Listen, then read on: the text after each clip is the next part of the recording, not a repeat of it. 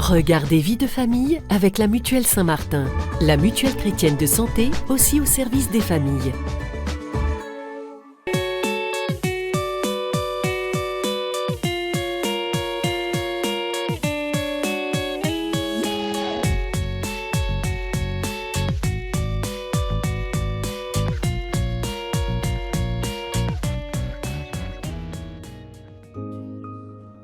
Anne-Sophie est éditrice et autrice de romans. Mère de 4 enfants, elle a vécu une séparation puis un divorce en 2023.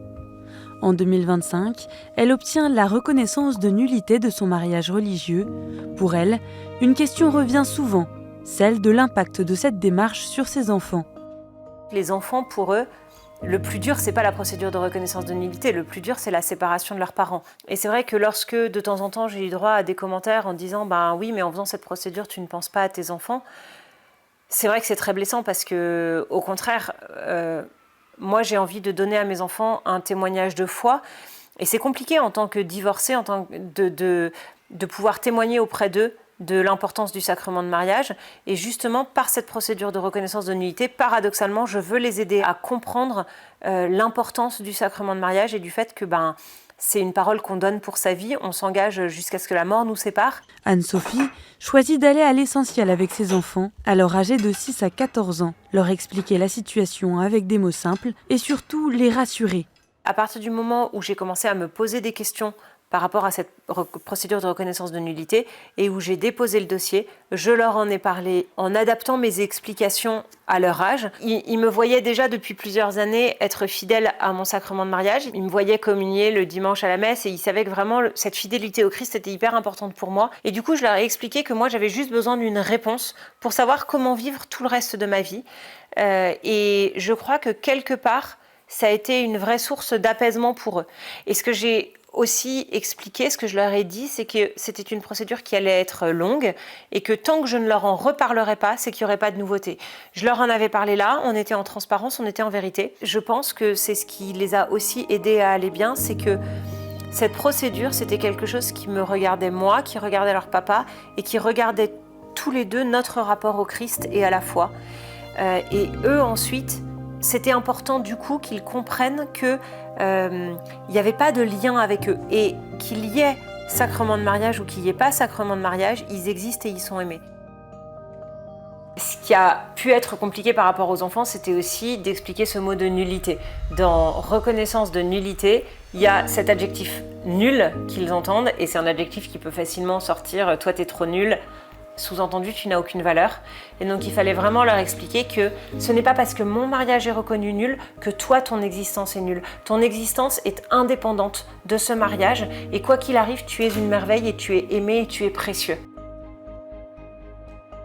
La question des enfants est sans doute une des questions les plus difficiles. Anne-Sophie, d'ailleurs, a mis en évidence le mot nul, le mot nullité. Et les interprétations normales qui peuvent en être faites.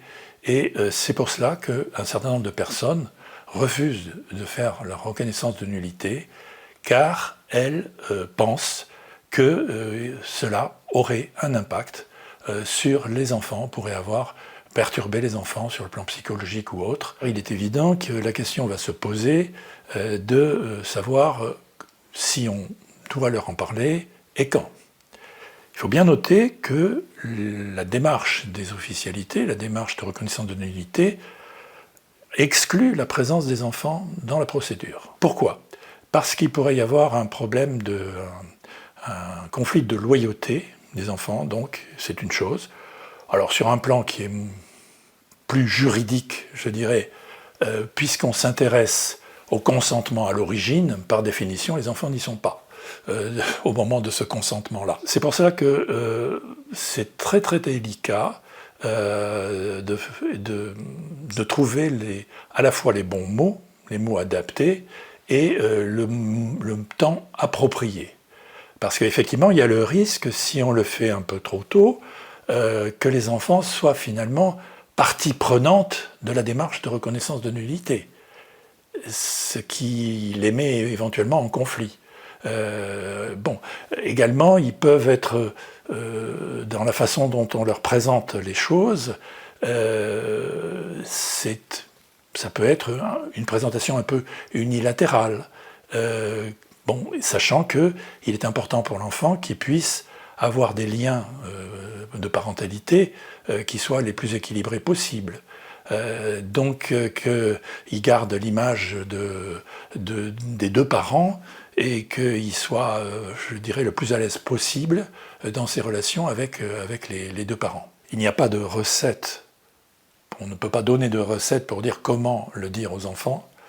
Il faut traiter les sujets au cas par cas, avec beaucoup de prudence, de discernement, et c'est là que se faire aider psychologiquement et par des professionnels peut et doit être nécessaire de façon à le faire le mieux possible. Et c'est ainsi qu'on pourra prendre la meilleure, pour ne pas dire la moins mauvaise décision.